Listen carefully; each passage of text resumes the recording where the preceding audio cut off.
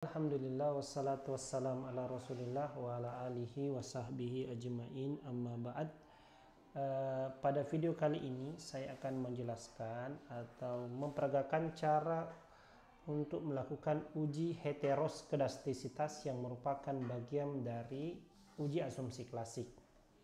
Langkah pertama yang kita lakukan adalah membuat tabel residual dari variabel-variabel yang telah kita susun pada SPSS ini, karena nanti yang akan kita uji adalah nilai residualnya saja dengan cara analyze, kemudian regression, kemudian masuk ke linear.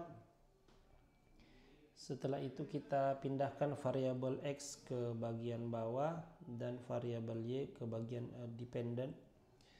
Setelah itu klik save dan centang di bagian residual unstandardized, kemudian continue dan OK. Kita tutup saja ini. Setelah itu akan muncul satu kolom baru, yaitu kolom residual 1.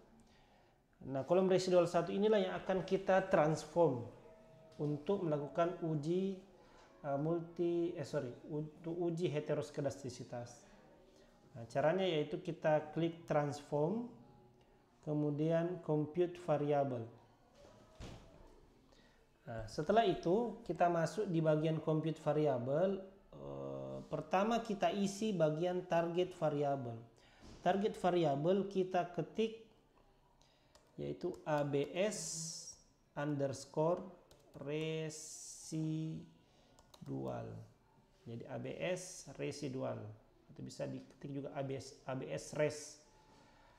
Setelah itu di bagian function group kita klik all. Ya. Setelah itu di bagian function dan special variables kita pilih ABS, ya, ABS. Kita klik 2 kali sampai muncul di bagian numeric expression ada model seperti ini, ABS dalam kurung tanda tanya.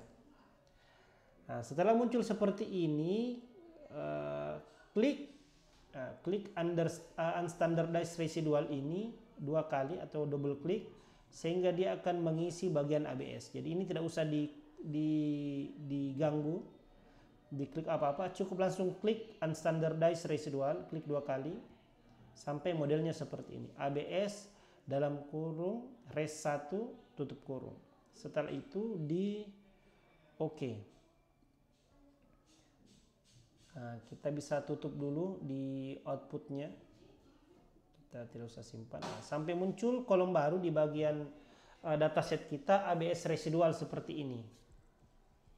Nah, setelah itu baru kita lanjutkan ke model regresi, ya. Kita klik analyze lagi, kemudian pilih regression, kemudian pilih linear. Nah, setelah kembali ke tahapan seperti ini, untuk dependent variable kita ganti dengan ABS residual ini. Kita pindahkan ini ke samping dulu, kemudian ABS residual kita pindahkan ke bagian variabel dependent. Nah, setelah itu di bagian statistics, di save kita hapus residualsnya dan standardized-nya, kemudian continue. Setelah itu untuk memunculkan grafiknya atau plots-nya kita bisa klik plots, kemudian kita isi di bagian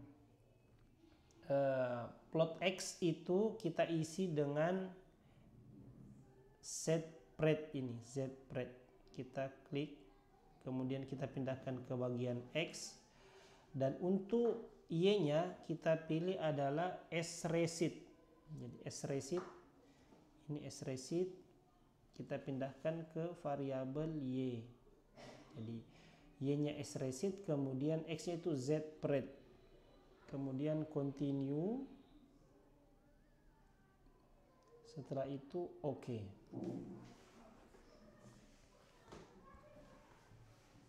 Nah,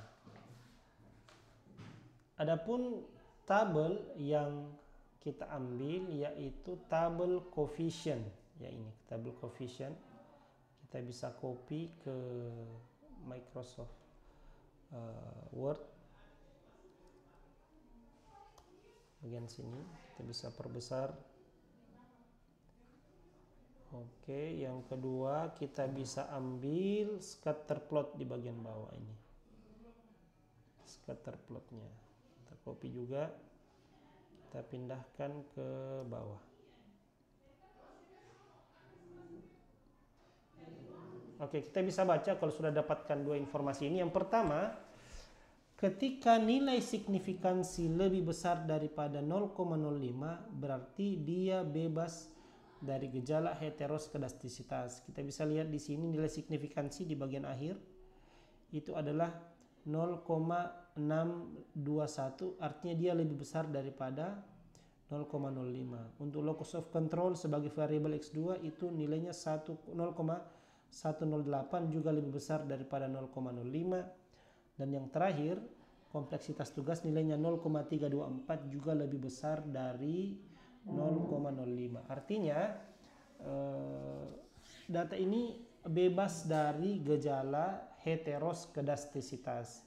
Kemudian cara kedua, kita bisa melihat pada scatter plot, ketika titik-titik data pada scatter plot tersebar secara acak dan tidak membentuk pola tertentu, maka dia bisa dikatakan bebas gejala heteroskedastisitas. Di sini kita bisa melihat datanya teracak, tidak membentuk pola tertentu atau tidak berkumpul di satu titik tertentu, sehingga kita bisa katakan bahwa data ini bebas heteroskedastisitas. Oke, saya rasa itu. Syukran wa jazakumullahu khairan.